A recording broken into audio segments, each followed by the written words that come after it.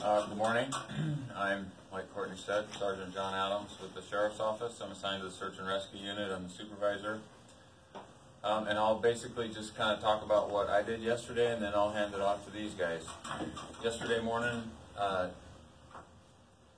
got a call from dispatch who said that Nancy had called in because she was worried about a 34-year-old female who had left Stevens Pass on Wednesday, headed north, and she was by herself. Nancy had been watching the weather, and it wasn't looking good, so she was worried that Katrina was going to get stuck up there and not be able to get herself out. So after I got the information from dispatch, I called Nancy. Nancy was very worried. She provided a whole lot of information that I don't think most people would have had the thought process to gather, and the little bit of contact that she had with Katrina before she headed north. So she gave me all that information, which basically was that she was headed north. She was worried about her because the weather was coming in. She didn't think that Katrina had like snowshoes and some of the other equipment that are necessary to stay safe up there when the weather turns bad. So typically when we get these calls, I'll call Chelan County. I'll talk to the deputy over there because they oftentimes have contact with folks at Holden Village or up at Stehekin. I talked to someone who was at Holden Village. I tried getting a hold of folks at Stehekin. Nobody had any contact with Katrina. She hadn't checked in at any of those places. Nancy had started a forum on Northwest Hikers. She was able to find one person who had talked to Katrina at Lake Valhalla, but that was the same day that Katrina had left. So really we didn't have too much information. Nancy had a whole lot of information. She had what she felt Katrina was going to do in miles every day. She had a pretty good idea in her mind where she would be based on weather and the amount of weight that she was carrying. So she told us that she'd probably be kind of north of Mica Lake, but south of the Squattle River, which ended up being right on. So after doing some of the other things, trying to contact people who may have had contact with Katrina, I talked to Bill Reiner, who were up here.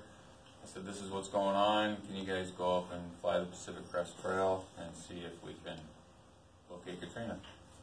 And they did their thing. So, Bill Quistorf, Chief Pilot for the Sheriff's Office.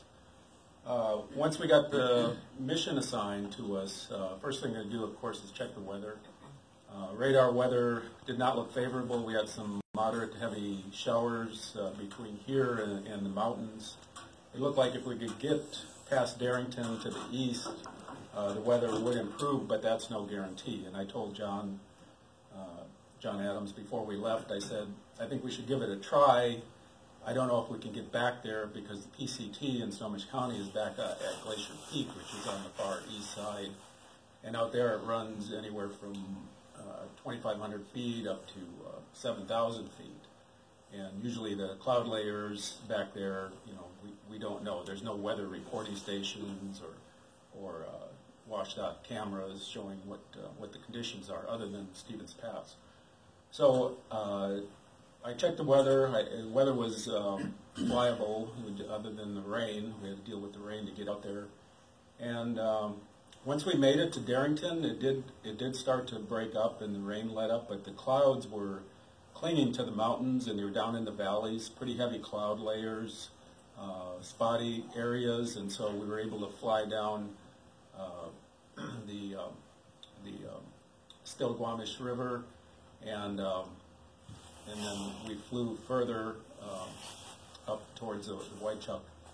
And then eventually we made it up to Milk Creek, which comes off of Glacier Peak, and it's a drainage, a pretty large drainage. And that's where the PCT crosses Milk Creek.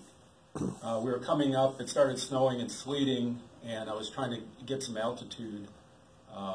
It started snowing and sleeting on us, and I was trying to make it to Mica Lake, which crosses one of the ridge lines there.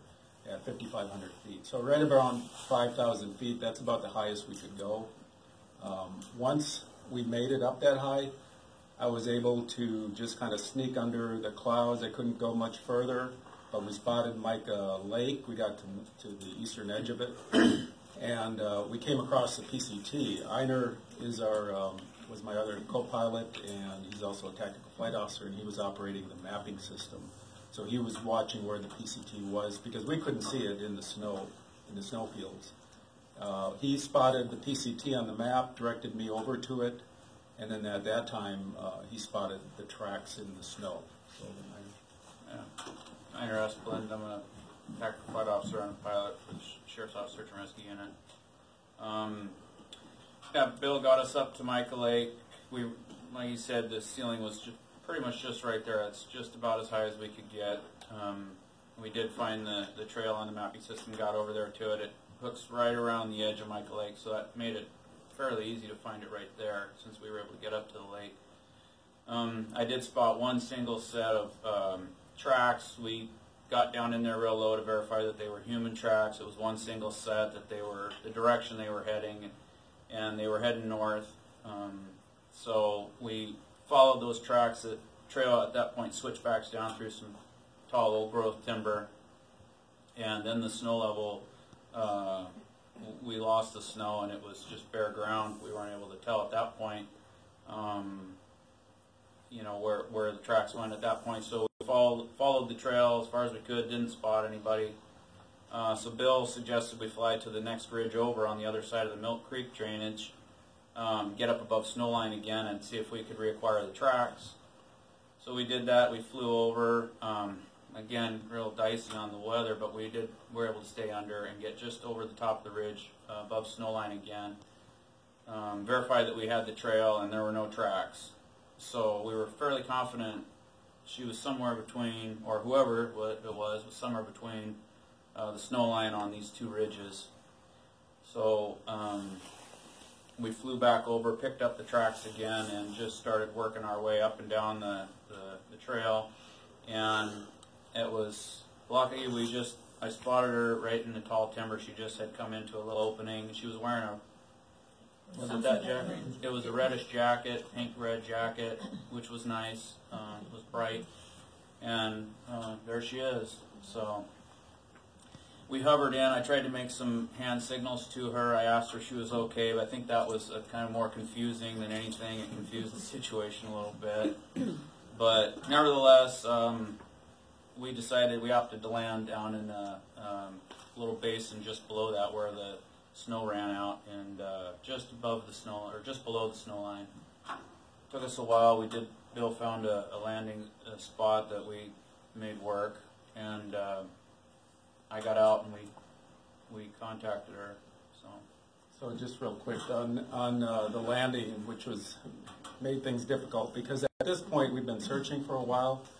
We only have about 2 hours and 20 minutes worth of fuel, and we're way back there in the county, so we've got to be able to accomplish the mission, if possible, turn around and have enough fuel to get all the way back out. So my concern is number one, the weather, and then number two, the fuel status. And at that point, I'm looking at the fuel gauge, and we had an option when Einer first spotted Katerina on the trail of conducting a radio lower procedure. We had a radio in a small container on a reel that we could actually lower a radio down to her and then get a radio to her and talk to her and see if she needed help or not. Well, that takes time. We're burning fuel, and then it stops her on the trail to do that. And I nixed that idea. I said, no, let's just go down below the tree line and land and meet her as she comes out of the tree line. So that was pretty simple plan, but it turned out to be pretty complicated because that drainage I talked about, where the tree line ends, it comes into an opening, kind of like a meadow, but the slope of that drainage is pretty steep. It's at times 45 degrees or more, and then it kind of levels out a little bit, and it's really deceiving from the air. I see little patches of open area between the small trees and the rocks, and I think, oh, I can set down there. It looks open enough, and I come down, and the slope is maybe 30 degrees or 20 degrees. And we just can't set the aircraft down and shut down at that point. You know, I can get maybe one skid down, but I can't get both skids down. So we looked. I must have tried 10 different spots in that one drainage of setting the aircraft down, the helicopter down on both skids, and I couldn't do it. So I was about ready to give up, and my fuel is getting low, and I thought we got to try one more time. And I spotted an area, flew over to it, and I said, I think I can get it down here. So I set it down, and I got the other skid down, but now we're at a pretty severe slope. We're at the maximum slope for this aircraft. That's absolutely possible. And I told Einar to hop out. That we had some logs and branches around us, and I said, grab 3 logs. I'll bring the skid gear up on the right side, and you slide those 3 logs under the right skid, and then I'll set it back down. That'll get us a little more level up here. And he did that. It didn't take long at all. And then I was at an angle that I felt comfortable, and I shut the aircraft down. And right at that time, then Einar spotted her coming out of the tree line, and he went over and met her. I was a little concerned she might keep heading down the trail, because when I first saw her, she wasn't frantically waving her arms or anything. I thought, well, maybe she's doing okay, and you know, she might tell us, no, I'm fine. So I hoofed it down to the trail, pretty much. But you were already on your way back up to meet me, and she would have gotten past us if that would have been the case. But she was coming up, and I actually had a flyer that Bill had put together. In case we encountered anyone on the trail, we could, you know, give a flyer out. And anyway, so made contact, and she was pretty happy to get a ride out of there. Yeah. Do we pronounce your name Katrina or Katarina? However you like it. Well, how do you Katarina. Katarina? Okay. Yeah. Can you describe the feeling that you had when you saw these gentlemen? I was crying. I was screaming for help before. Like I went. Like I'm not sure if it was bad because like I'm a professional hiker, so and I didn't drink too much. I was dehydrated, so maybe I'm overdrawing. Like maybe I had like, you know how sometimes you have fear, which is not logical. I don't know. I was like pretty deep in the snow. I think it was super bad, but who knows? For other people, maybe it's like a normal thing. For me, it was like a first-time experience. I was not sure if I make it out at all. So I already like via WhatsApp informed my parents, apologized for dying on the PCT, for risking too much, for being too stupid to inform people how many days I'm going to take. So I called my parents, I called my brother, like everyone like who's really close to me and has been in touch for like 5 months, me being not at home and on trail, got a message and with an apology for like being like super stupid and doing the PCT with those weather conditions, just risking it. And I like I said, maybe it was a dehydration but I was screaming for help in the morning because I just had to get the fear out of me. So I was screaming all the names I knew, and I was just hoping that someone will react. Because of course I met a lot of people on the PCT, and I'm a talker, so I told a lot of people about my gear. And like Nancy said, for some reason this morning she heard someone screaming basically, and she got help. So when I saw the helicopter, I didn't know they were looking for me, because I knew that the earliest my parents would have informed someone, or like my brother, the only English speaker in the family, would be like in another 3 or 4 days. Because it's a 107-mile stretch. They knew I would never leave the PCT because my app only shows me the way for the PCT, and it's like more deadly dangerous to leave the trail, because as long as you're on the PCT, they know where to look for you. Once you leave it, you're by yourself. And I heard all the stories where people leave the trail and they haven't been found yet after 2 years, like one of the guys. So I knew I have to make it at least like for another 5 days. My food was running out. I was stretching it. I had like 1 Knorr side and 1 Pop-Tart for like every day. I was like thinking I can survive for another 7 on food. We are talking food. But the reason why I got super scared was that I had like purple dots on my feet, and I couldn't explain if it was the color of the bags, how you call it, the Ziploc bags you put about you, like around your feet. Like you have like the survival skills you get taught on trail by a lot of strangers. So when I saw them, I thought maybe they are just filming, but they are my only way to get out. This is the hitch you have to get. This is hitchhiking for professionals because it's a helicopter ride, but I'm super blessed I got it. I'm super happy When I about came it. down and contacted you, I had that flyer, and was that a picture that she had taken? Yeah. Okay, Okay. because when I said, we're looking for you, Yeah. and she started to cry and said she did it. I did. I assumed that meant that you had Yeah. called for help. I was crying. Because I was- you saw that picture I took of you. I saw the before we picture. parted I ways. knew who called. I knew Yeah. who called. But who does call for a stranger? Like, no people call for strangers. Well, but you weren't a stranger. You talked my ear off for 2 hours. I knew your whole life story by the time we parted ways. Yeah, that's true. So talking gets you Yeah. a long way. Yeah, it was good. Katerina, you said that you're a professional hiker? I'm not a professional. You're I'm not. not a hiker. Okay. I'm clearly. not a hiker. After 2,500 miles on the PCT, still can't say that I'm a hiker. A hiker wouldn't be stuck there. A hiker would have made it. What made you think that you could carry on after having the conversation, that knowing how dangerous it would be out there? Well, I've never been in those weather conditions, and I also assume I would have survived. I assume I would have lost a leg or two, but I would have survived. I would have just lost some fingers, I assume. I still don't feel my fingertips fully. So I assumed that my gear is good, but when you're on the mountain and you're snowed in and it's dark, you don't see the trail. You know your battery will last, and you know you have your GPS system, and you will find the trail eventually. But you also know you might fall off the mountain. And before I started it, I already experienced like 2 days of snow, so I thought I can make it. But I have like a 2 tarp system. I have 1 tarp for under my tent. I have a tent and a tarp to put above it. And at the moment where I started it, I realized it takes me 2 hours to build the system. Right? To start camp, to break camp is another 2 hours. But that morning when they picked me up, one of the tarps did fly away. Like a kilo, like 2 pounds tarp did fly away. I've never ran so fast for snow, but that was the moment where I realized something is going wrong. I also lost like 2 pairs of gloves. Like now you're thinking I'm crazy for having 3 pairs of gloves. I get that. A hiker understands because you need 1 pair of gloves that is soft and dry that you're wearing at night to dry out your hands. 1 pair of gloves you need during the day, and I got really awesome gloves, right? I got them at Mount Hood by Karen Short, so the awesome gloves. They just don't work if you lose them in snow and can't find them anymore. So You lost your phone too. yeah, there was a moment where I lost my phone.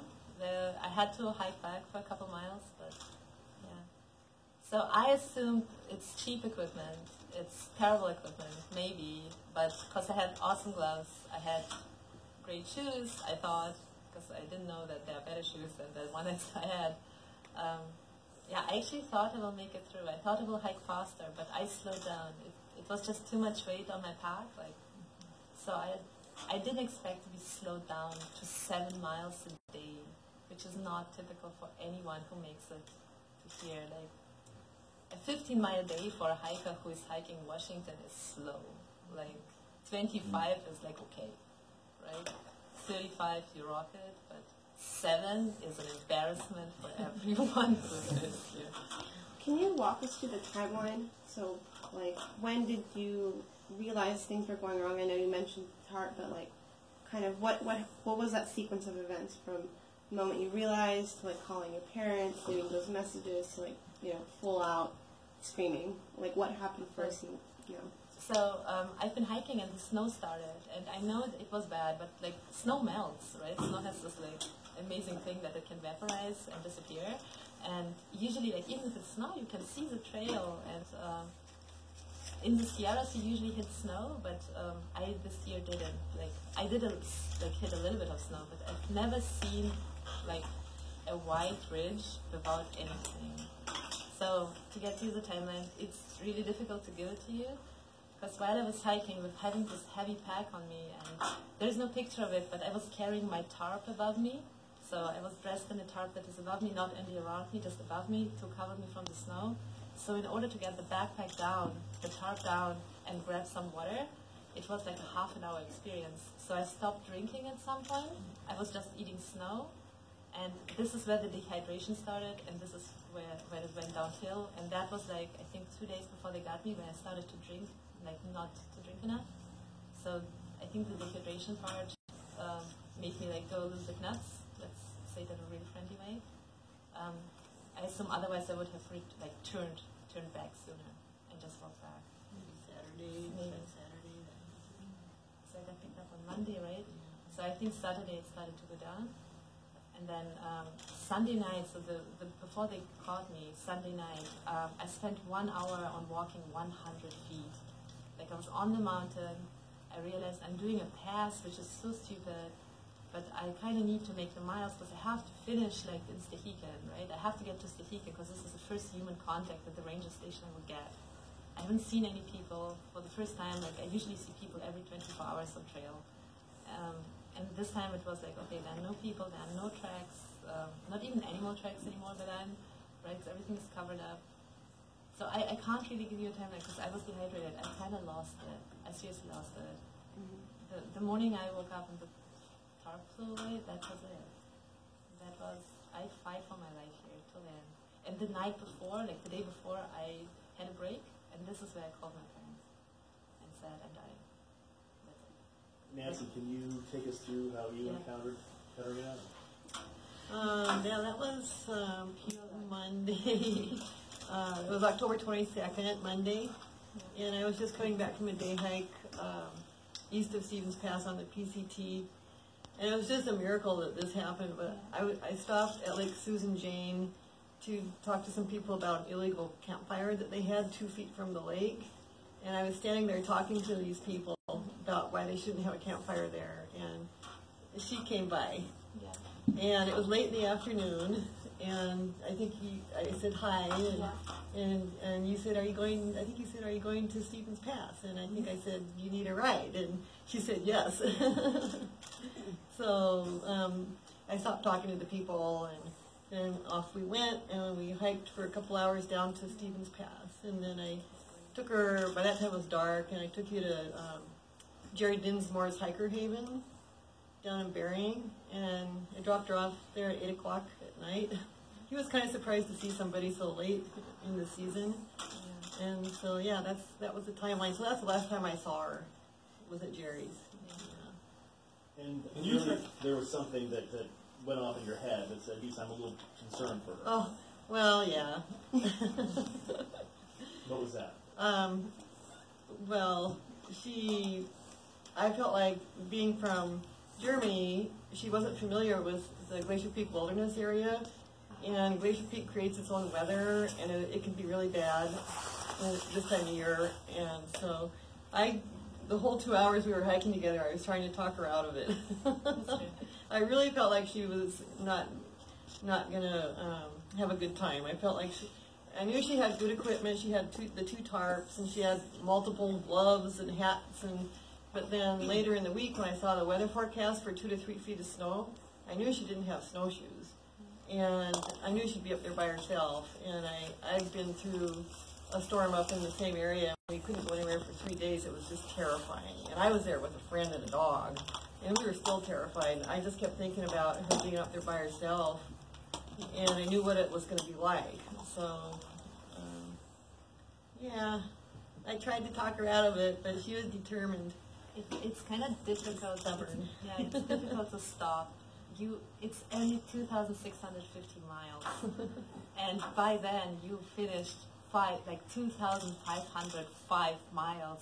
I mean, what are 140 miles for a PCT hiker? This is like 7 days. Like again, embarrassing 7 days because you can make 25 miles a day, right? So it is like you can't. It's really hard to stop. And a lot of people that quit the trail before, because the snow hit like 2 weeks ago, they said, well, the snow melted, probably we would have made it. And people called me and said, oh, I'm so depressed. Continue, at least one of us will make it. Try.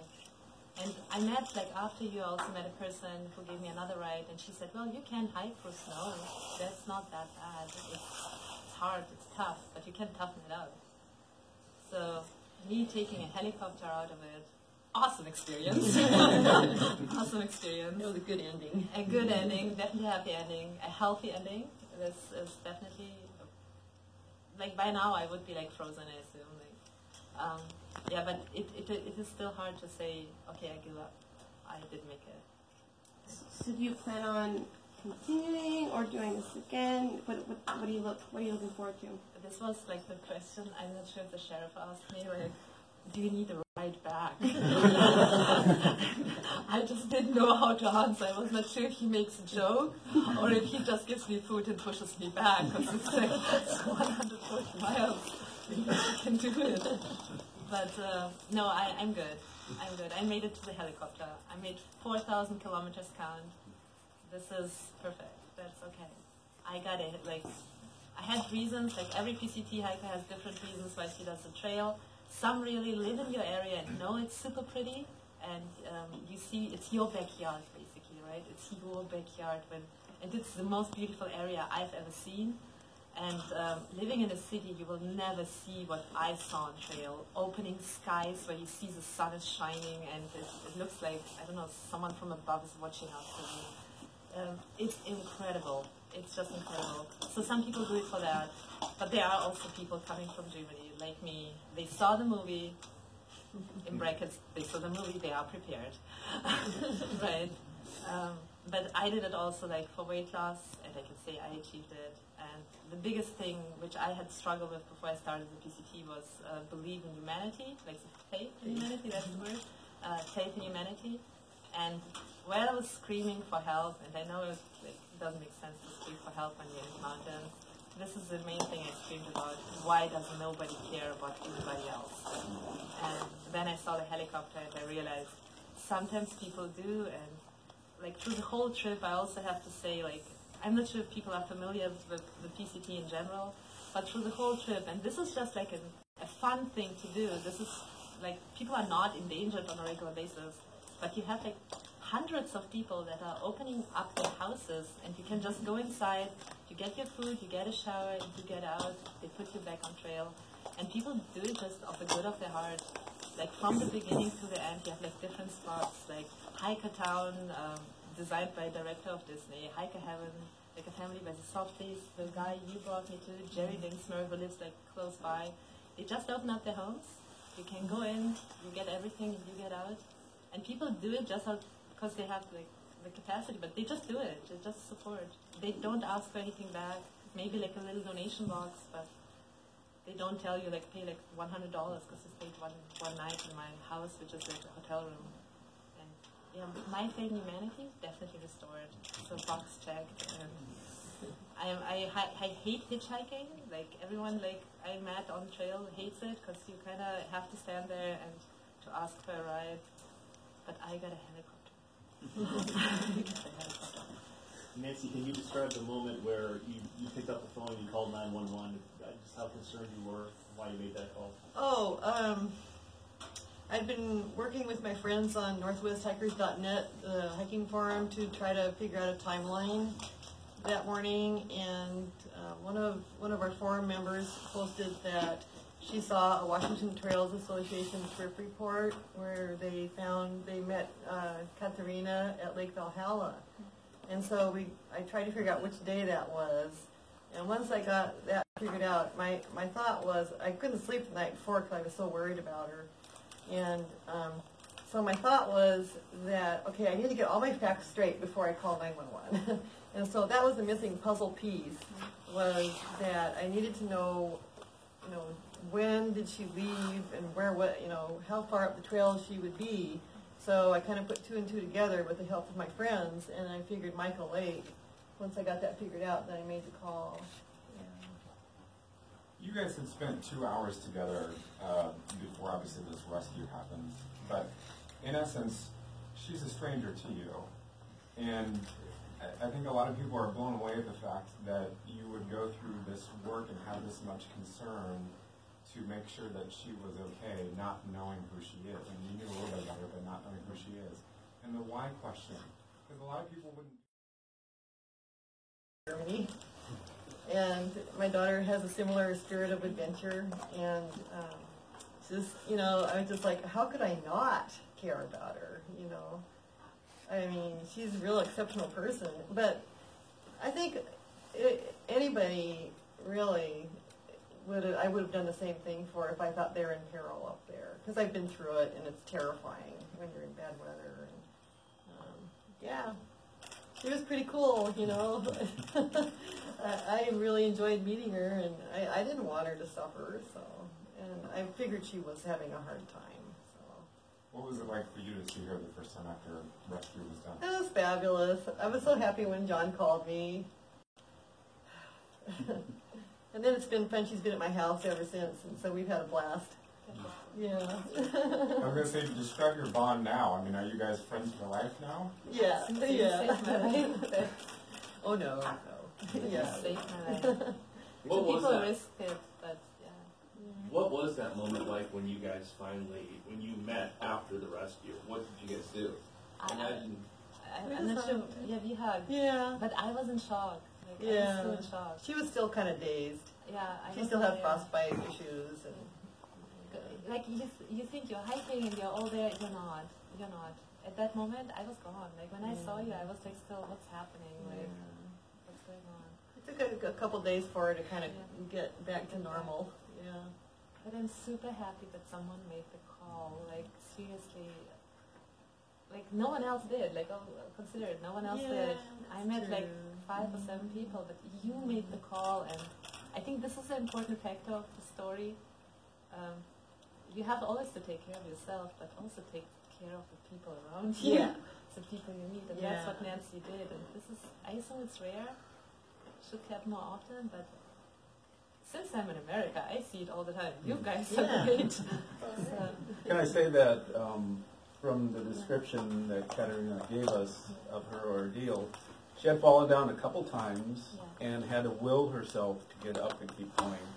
And then when she lost gear, 2 sets of gloves and the tarp, all those were indications of that she was suffering from hypothermia, and on top of that, the frostbite. But hypothermia, it doesn't have to be necessarily that cold out, but if you're cold and you're wet and you're exhausted from hiking, those are all prerequisites to conditions that can get you into hypothermia. And unfortunately, in search and rescue, we've recovered people that have not made it under even less harsh conditions. So she was definitely suffering from hypothermia, and when she willed herself, she had the will to live. That was the key. She had the will to live, to get up, to make it back to her family, and to keep going. And then that warmed her core up again, and she was able to keep going. So made a big difference, that will to live. Was she hours, minutes, days away from not being with us today?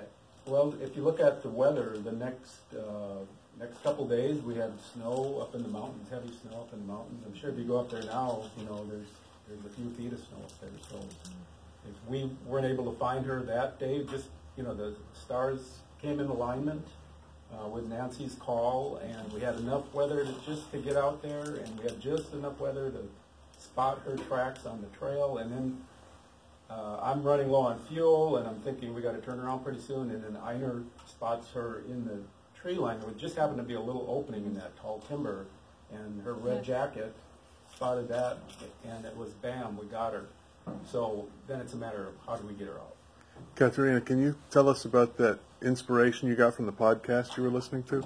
The one. All right. So I'm listening to the podcast. It's actually supposed to teach me something about Russian literature, but the podcast has like this Christianity thing behind it, and it constantly said, God will help you, but only if you move, right? God will help you, but only if you act. So no acting. And it said, this made me upset, and this is where I was like scared to death. Pride can kill people. Like your pride, you will finish and be super proud of yourself. That can kill you. So you're in a bad situation right now. But then again, if you don't move, you die. So God will help you as long as you move. Just keep going. Nancy, how long have you been hiking? Since I was about 6 years old, my dad used to drag us up to Snoqualmie Pass. I'm from Seattle. I've done a lot of sections of the PCT also, including the one that she was on. so I'm pretty familiar with the weather and the terrain. And how long are you in the States for?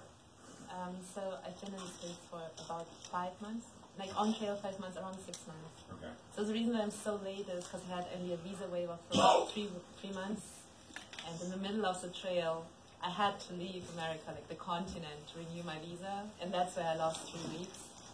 But they did let me in. Houston said, we have a problem, but we let her finish the PCT. Do you know when you're going home yet? I'm hoping like next week to book a flight, yeah. Where are you staying till then? For a while at Nancy's, and then, then it's time to go home.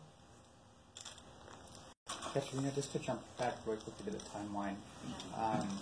What morning was it that you woke up and there was snow all on the ground and it was white out? I think it was already like a day or so before that, because I remember like sleeping next to a creek, and I woke up and my tent was white. This was when I lost my first pair of gloves. I think it was the day before that.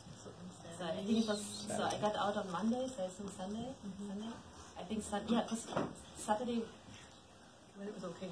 Saturday was okay weather. Then it was like sort of raining, so it got a little bit bad. But yeah, so the day before that, Sunday started on Sunday. And then the morning of the rescue is when you lost your tarp that morning? Yes. It's the morning of the rescue. I was on the mountain, which you're not supposed to do, and I stepped on the trail. So I walked on the trail to make it flat, and was sleeping on one tarp, and then you have like your sleeping bag on top, and then another tarp covered me up. And this is where I drenched my sleeping bag. And I had only one more, because someone asked me if I would have survived, or how long I would have survived for. I had one set of dry clothes left. With a drenched sleeping bag, I would have made it for another day or 2. But that's it. And when you saw the helicopter, where relative to Michael Lake is this? Is this above the elevation of the lake or below Just it? below. Just below it? It's a mile away, I guess. It was just a mile away. Not even a mile. Not even There's a one mile. set of switchbacks that drops down from the lake, and then it crosses a small little basin, and then switchbacks down again. And she was down to the Milk Creek drainage, and she was just in the switchbacks below the lake. And how long after the 911 call was it that you guys were able to locate her? Well, we got back here by 1500. We got, John briefed us at about 12:15, so it was, I don't know when the 911 call The call came in, and I'm given an approximate here, about 9 o'clock. I probably worked on it for phone calls back and forth to Nancy's, phone calls over to Chelan County, and some other phone calls. I probably worked on it for an hour and a half, 2 hours before the helicopter launched. Okay. So that would have been, as far as the time when you guys were in flight, how long would that have been? in flight. Yeah. Well, we launched at like 12:30. We shut down there at like 1:30, 1:45. Yeah, 1:45 we shut down, and then we were only shut down for maybe 20 minutes, and so we got back here, it was like 14:45 or so. So like I said, before 1500, we were back here on time. The fact that we were able to get up just high enough to get above snow line really was kind of a blessing, because it allowed us to spot those footprints. Had we not, had the clouds been another 500 feet lower or the snow level a little bit higher, we really wouldn't have been able to narrow down that she was in that area, that fairly small area, and so that was kind of a blessing actually, that we were able to just get up and get a look at the snow right there at the lake. So the footprints were spotted on the west side of Milk Creek drainage, and then on the other side, on the east side of the drainage, there was more snow on that ridgeline, and there were no tracks on that side of the PCT. So we narrowed it down. She's got to be in the timber on one side or the other of Milk Creek, and that's tall timber and all those switchbacks. But if they're in there, if the hiker's in there, you can't see them. That's 150, 200 foot tall timber. And the only way we could see anybody is we fly directly over, and Einer had the door open while I flew and did S-turns down, and he had the door open, and physically look down on the trail between the trees. And then again, you still can't see 100% of the trail. And we had searched that area back and forth a few times, and like I said, we're running out of fuel. It was probably our last search of the area before I would have said we got to turn around and go back. It was the last search that we were doing in that timber. I don't know. Katerina, are those the same shoes that you hiked in? Those are the same shoes. So those are Ultras. They are not that bad. It's a really amazing company, and everyone on the PCT has those. So if you don't have them, you're not a PCT hiker, sort of. So yeah, and those are the snow version already. So I had different ones before, but they're not that bad. How many pairs of shoes did you go through? For the whole trip? Yeah. Well, I started with a pair that lasted 100 miles, and there's something you call a hiker box. It's like a box where people put their used gear inside or whatever leftovers they have. And my first pair of shoes I got in Werner Springs. I'm not sure how old they were, but they lasted from Ultras 1,309 miles. And the next pair lasted 700 miles, and then I got those ones for free. Just as a present in Mount Hood in the resupply store. How have you been keeping track of your PCT journey? Do you have a journal, or do you take notes? I just took pictures with my iPhone, which actually captured the whole travel. Yeah. You're asking me if I'm going to write a book? No. I don't think so. I'm just glad I'm alive. I'm just so happy. Who gave you your trail name? My trail name? Yeah. You can't tell. It's City Girl. Who gave it to you? Well, I got in Australia by a guy who hiked with me. He didn't hike with me. He actually walked a little bit with me through town. But he always stayed outside for 3 days in a car, right? We can sleep in. And after 5 days, we came to a hostel, and people asked him, "How was it for you? How was it to be outside?" And he looked at this guy. It's for me it was awesome, but for the city girl, I don't know. So when I started the trail, I kept the name, and I lived up to it. So my tent, an awesome tent, Sierra Designs, collapsed on me for, I would say, the first 2 months on a regular basis, because I just couldn't pitch it right. A lot of things happened, so yeah.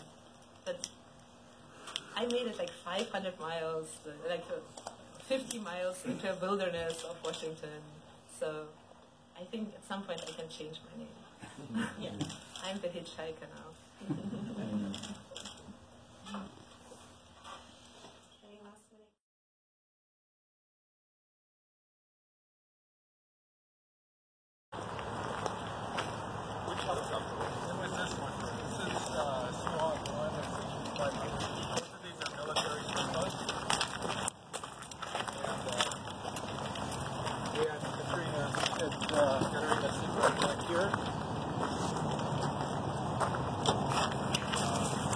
Pilot on this one normally sits on the left side, and Einar was on the right side of the aircraft. So when we landed, that's where it was tricky to. We had a right cross slopes. Our right skid gear was down quite a bit. Like I said, the maximum slope angle that we could land in this helicopter. So, you guys, yeah. Einar? Interesting hitchhike. Interesting hitchhike. She always wanted to ride in a helicopter, so she finally got to do it. Yeah, she's very, very fortunate to have met Nancy, and Nancy to be experienced and know exactly what she was getting into. Yeah. Really, from her experience, give her a bit of advice. Don't keep going in this weather. But and then we were fortunate; we had weather to get back there, and for her to just pop out in that tall timber. That was the key. If we hadn't spotted that red jacket, we wouldn't be standing here right now. And that's the jacket? That's the same brand. It's basically the same. She was actually wearing the same jacket as you had on in that photo, I believe. Yeah, and the so photo we have, I knew right away that was you. You said same shoes, though, right? It is the same shoes, but it's a really good company. Like seriously, they are really good. This is like the early professional piece of gear I'm wearing. Like where I would say this you can count on. And got wet, yeah, though. but they get wet. And then they get frozen. And they get frozen. So they don't like snow once it's high deep. They don't protect your legs for some reason. Maybe they're too short. How deep did the snow get? Well, it was like on a regular basis still here, but when I was on top, like before I slept, I actually went down up to my hips, and this is where I realized I can't continue hiking. So I had to step on the snow to make it flat, but I couldn't hike. But this is normal because coast holding happens at night. We know it. You can't hike at night. You have to wait till the morning till it's more frozen. But yeah, I had the moment where it got till here, and also when you don't see the trail, you slide down the trail, but you don't know what you're sliding down to. Just dangerous. It's dangerous. You're risking it. You're definitely risking it. But I assume there's still one guy out there, right? There's still one guy out there, and I assume he's like that deep. Like he is hip deep. He should be hip deep by now. I hope he makes it. But yeah, because Nancy like started the whole thing. They are looking out for him too now. So you actually are going to save another person. Hopefully he's good okay. week. That's a good week for you.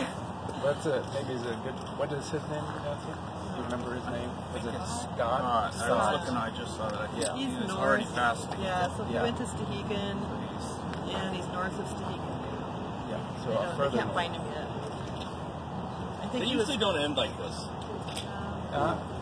Oftentimes, we've been lucky, we've been fortunate where we found a few PCTers, and in the end of the season, sometimes the snow hits early, like early October it hit, and then you're stranded there, like the Japanese fellow we rescued some years ago, just about the same location we found Katerina. He was up in that same area in deep snow, a lot deeper snow. One ridge. Yeah, one ridge over. If you had to guess, Bill, like scale of 1 to 10, how difficult the rescue like this specific one was, what would you say?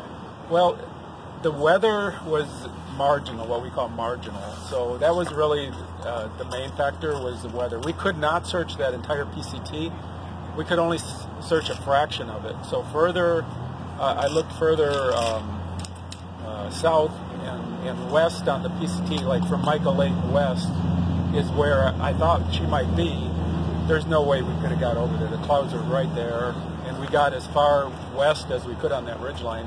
And then going further east, let's say we went east and we saw our tracks again on the next ridgeline, we may not be able to go further east either because the clouds are right on that top of there. And plus there were clouds below us at times and rain and snow. So it was pretty, that was the major factor was the weather.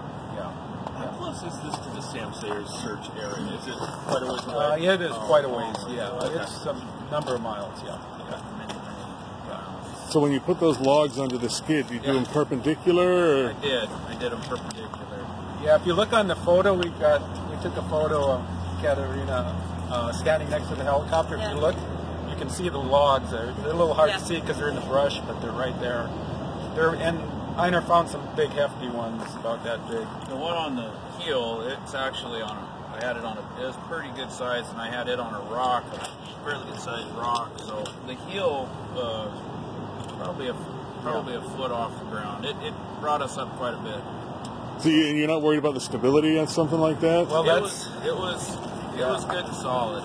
When I first set it down, see, before we put those logs there, I had the skid down, and I was at my max on lateral control on the cyclic on the helicopter. I was at the max, and Einar was there, and I said, I don't want to shut this down because it could slide a little, tip over, So I said, hop out and get those logs, and just made a difference of 3 degrees. I was watching the attitude indicator. That 3 degrees made a huge difference, and then I was okay, and I shut it down. And then when he ran over there, I was shutting down. He met Katerina, and they were coming up, and I gave him a big hug. Yeah, I gave her a big hug, and I asked to take her backpack. She said, "No, it's too heavy."